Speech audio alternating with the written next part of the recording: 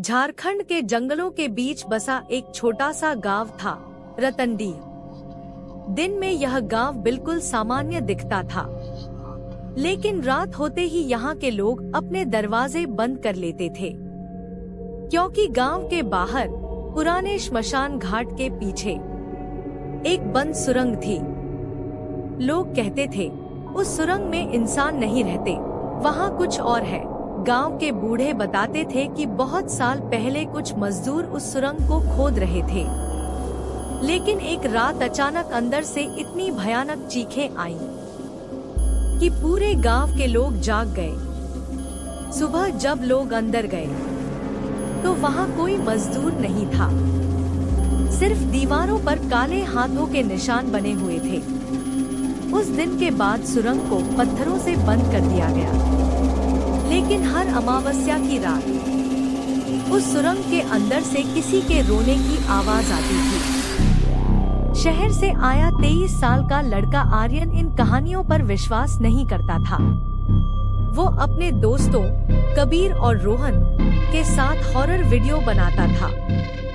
जब उन्हें श्मशान वाली सुरंग के बारे में पता चला तो उन्होंने फैसला किया कि वे रात में वहां जाकर सच रिकॉर्ड करेंगे। गांव वालों ने बहुत रोका।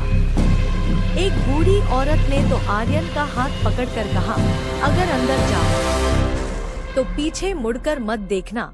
आर्यन हंस पड़ा। दादी, भूत वूत कुछ नहीं होता।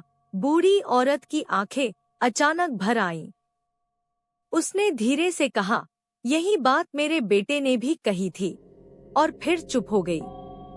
रात के 1 बजे तीनों दोस्त कैमरा और टॉर्च लेकर श्मशान पहुंचे। चारों तरफ राख उड़ रही थी। हवा में जलती लकड़ी की अजीब गंध थी। दूर कहीं कुत्ते रो रहे थे, और श्मशान के पीछे वो सुरंग दिखाई दे रही थी, पत्थरों से बंद। लेकिन सबसे डरावनी बात ये थी, पत्थरों के बीच से अंदर की तरफ हल्की लाल रोशनी आ रही थी। कबीर डर गया। भाई, ये सही नहीं लग रहा। लेकिन आर्यन आगे बढ़ गया। उन्होंने पत्थर हटाने शुरू किए। जैसे जैसे पत्थर हटते गए, अंदर से ठंडी हवा आने लगी, इतनी ठंडी कि उनकी सांसें जमने लगी। फिर अचानक अंदर से किसी बच्चे की आवाज आई, मम्मी। तीनों के हाथ रुक गए।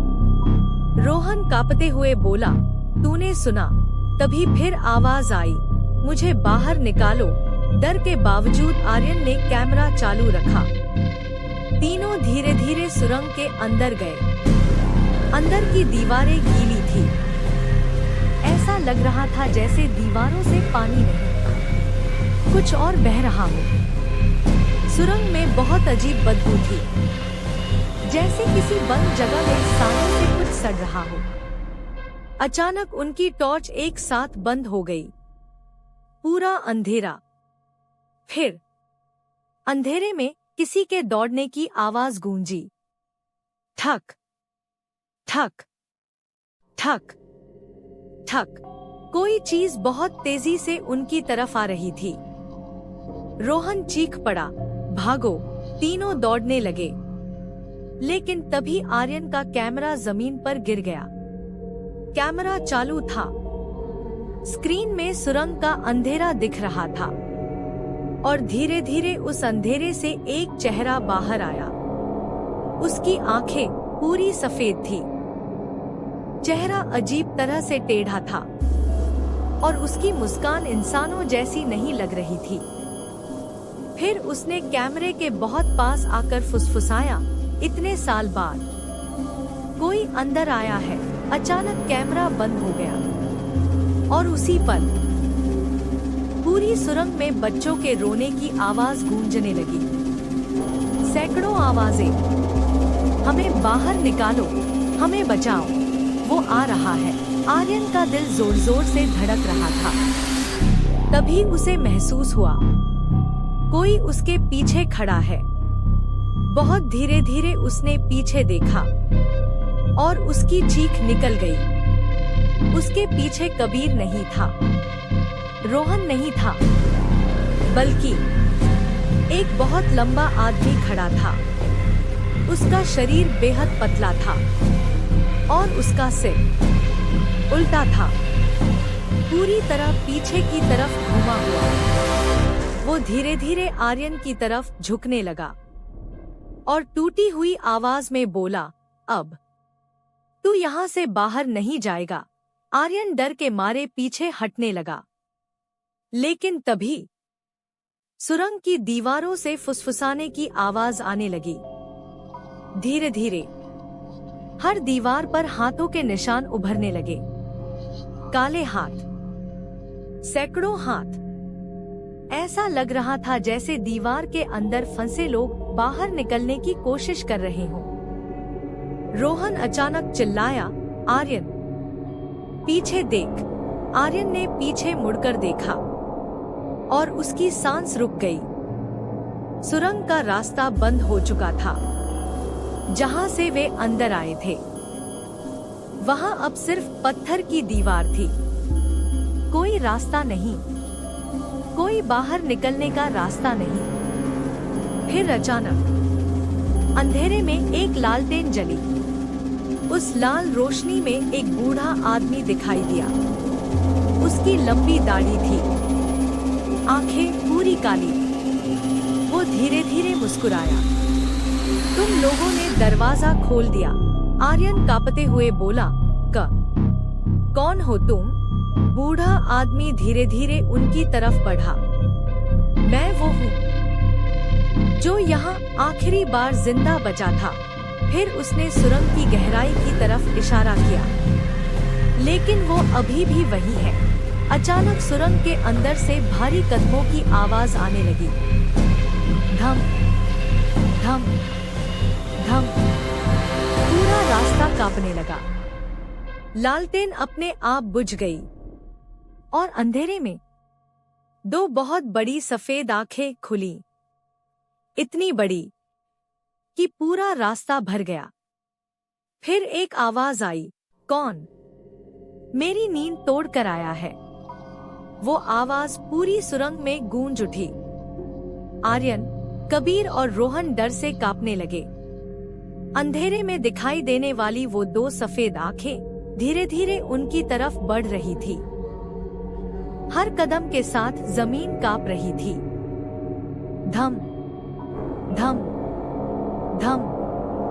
तभी बूढ़ा आदमी चिल्लाया, भागो मत। अगर भागे तो ये तुम्हें पकड़ लेगा। आर्यन कांपती आवाज में बोला, तो हम करें क्या? बूढ़े आदमी ने अपनी जेब से एक पुरानी घंटी निकाली। उस घंटी पर राख और मिट्टी जमी हुई थी। ये सुरंग पहले मंदिर का रास्ता थी।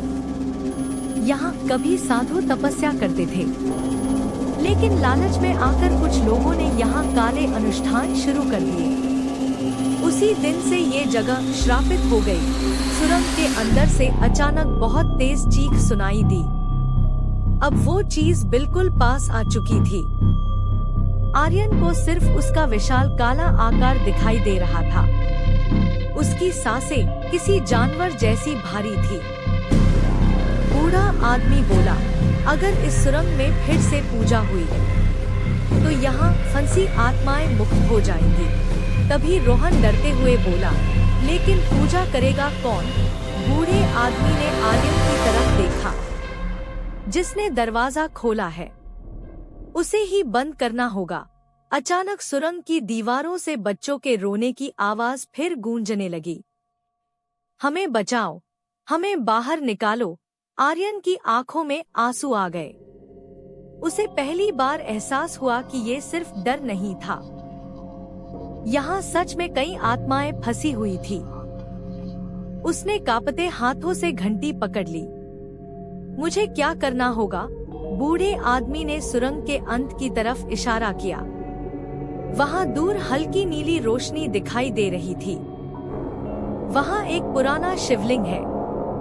अगर वहां घंटी बजाकर प्रार्थना कर दी तो श्राप खत्म हो जाएगा। लेकिन तभी अंधेरे में छिपी वो विशाल परछाई पूरी तरह सामने आ गई। वो इंसान नहीं थी। उसका शरीर धुएं जैसा काला था, आंखें जलते कोयले जैसी चमक रही थी, और उसकी आवाज ऐसी थी जैसे हजारों लोग एक साथ रो रहे हों। कोई यहाँ से मुक्त नहीं होगा। कबीर और रोहन डरकर पीछे हट गए, लेकिन आर्यन आगे बढ़ा। उसने आंखें बंद की और पूरी ताकत से घंटी बजाई।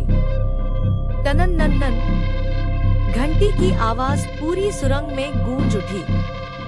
उसी पल दीवारों पर बने काले हाथ चमकने लगे। सुरंग के अंदर तेज हवा चलने लगी। वो विशाल परछाई दर्द से चीख उठी। नहीं, आर्यन लगातार घंटी बजाता रहा। टनन नन। धीरे धीरे सुरंग की दीवारों से सफेद रोशनी निकलने लगी, और फिर एक एक करके बच्चों की आत्माएं दिखाई देने लगी। छोटे छोटे चमकते चेहरे। अब वो रो नहीं रहे थे, वो मुस्कुरा रहे थे। एक छोटी बच्ची आर्यन के पास आई। उसने धीरे से कहा, धन्यवाद। फिर वो रोशनी में बदलकर गायब हो गई। अचानक पूरी सुरंग जोर से हिलने लगी। बूढ़ा आदमी चिल्लाया, जल्दी बाहर निकलो, सुरंग बंद हो रही है। तीनों दोस्त भागने लगे। पीछे वो काली परछाई दर्द से चीख रही थी। जैसे जैसे घंटी की आवाज गूंज रही थी, उसका शरीर धुएं में बदलता जा रहा था। आखिरकार तीनों सुरंग से बाहर निकल आए, और उसी पल पूरा रास्ता पत्थरों से बंद हो गया। सब शांत हो गया। न कोई चीख, न कोई रोने की आवाज, सिर्फ ठंडी हवा। अगली सुबह गांव वालों ने पहली बार श्मशान के पास जलता हुआ एक दीपक देखा। बूढ़ी औरत रोने लगी। आज इतने साल बाद वो आत्माएं मुक्त हुई हैं। आर्यन ने पीछे मुड़कर सुरंग की तरफ देखा। अब वहां डर नहीं था, सिर्फ शांति थी। उस दिन के बाद चंद्राटोली गांव में कभी किसी ने रोने की आवाज नहीं सुनी, और आर्यन ने अपनी आखिरी वीडियो में सिर्फ एक बात कही, हर डरावनी जगह पर भूत नहीं होते, कभी कभी वहां अधूरी कहानियां फंसी होती है।